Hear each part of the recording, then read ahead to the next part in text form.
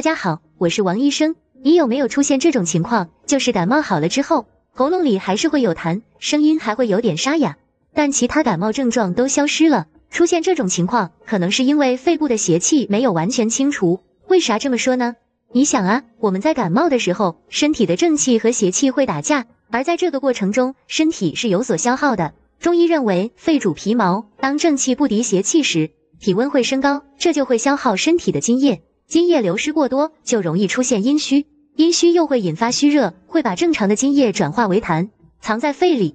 等到感冒的其他症状消失后，正气恢复时，就会开始清除肺部的邪气，开始排痰，但总会残留一些痰在喉咙里，不太好清除。接下来给大家分享一个中成药，帮你彻底清除痰根。这个药叫做玄麦柑橘颗粒，它里面有玄参、麦冬、桔梗、甘草这4味药材。其中，玄参和麦冬这2种药材都很滋润，能补充身体的津液，让肺部保持湿润，既能滋养肺阴，也能滋养肾阴。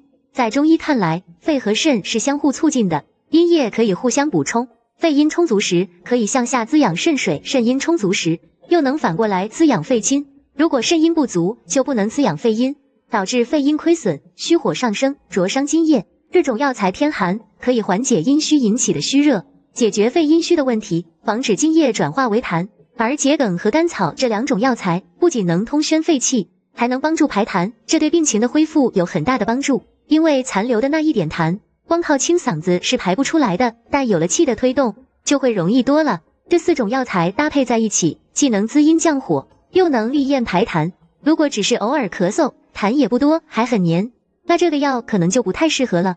因为每个人的情况都不一样，建议大家最好在专业医生的指导下进行。今天的分享就到这里，我是王医生，关注我，带你了解更多健康知识，我们下期再见。